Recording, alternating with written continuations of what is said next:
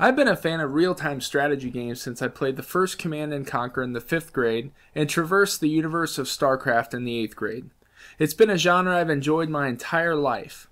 And I play a lot of games on portable iOS devices, and the RTS genre has been one that I've yet to be impressed with in the portable market. Developer Two Tribes has changed my mind with their latest release.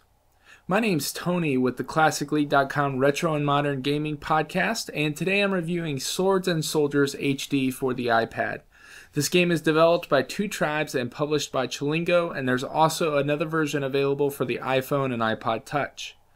Now, when you first start Swords and Soldiers up, you realize it's a 2D side-scrolling game, and you wonder how good of an RTS can it be, and then you begin to play it, and you quickly become a fan. First of all, concerning the story. There's no one set story to the entire game. The best way to summarize is that you play through 3 campaigns that all kind of intertwine with each other and all have hilarious characters. For example, in the Viking campaign, you're not playing against your enemies for world domination. Instead, you're defeating them to make sure you have enough meat supply that nothing gets in the way of your barbecue at the end of the day.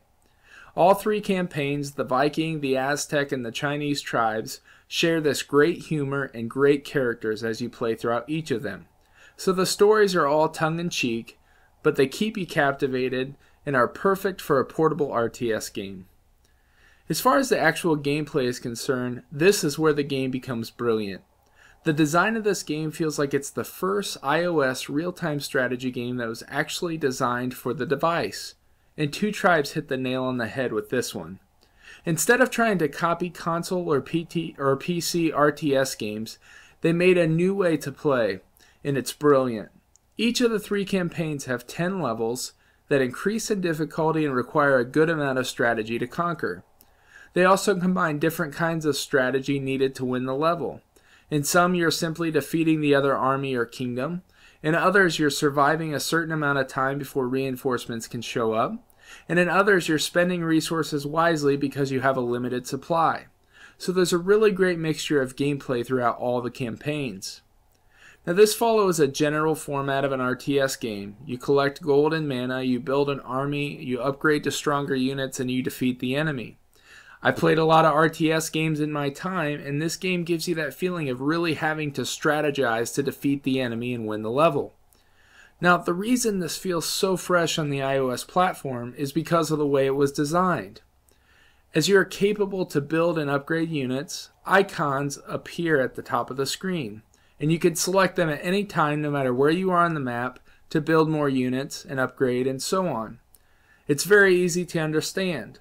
At the bottom of the screen, you have a map or a timeline. You can drag left and right on the map to see more sections or just tap a section to go to it. You can also see a placement of enemies on the map when your soldiers are encountering them. They made Swords and Soldiers easy to navigate when you're building up your strategy, and it was done perfectly for an iOS device. So props to Two Tribes for nailing it. It could not have been done better, and it makes this game so enjoyable. In addition to the campaigns, there's also a skirmish mode, which is practically a practice mode where you can pick a tribe and pick an enemy tribe, a map size, a difficulty level, and then go at it with each other. Challenge mode is another mode, which are 3 different mini games you can unlock as you unlock the campaign, which are really fun as well. Some of the challenges include things like the boulder, where you try to smash more enemies with a boulder than friends, and you have to jump over yourself and just smash the enemies for a high score. Specific only to the iPad and the HD version is a 2-player multiplayer mode, which splits the screen into 2 teams in a portrait mode, and you can actually sit there with another local friend and play the full game against each other. So I mean, you can play, to see who can win or see who can defeat the enemy first. So that's really genius that they added that to the iPad, and it actually works really well, and I show a little screenshot of it in this video.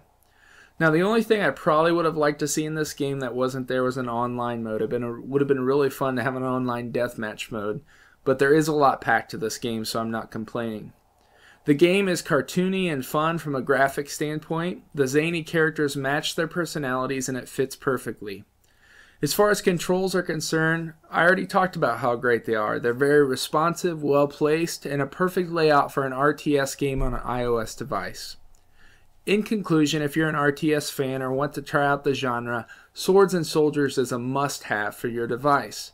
I know there are some high-level branded RTSs on the iOS devices, and I've tried them all, and they are good, but Swords and Soldiers is the only one that I can't seem to put down.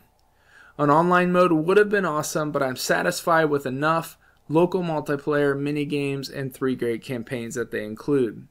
This game is $2.99 for the iPhone and iPod Touch and $4.99 for the iPad in the iTunes Store, and I say it's worth every penny for this game. I highly recommend it here at Classic Elite. Pick this one up today.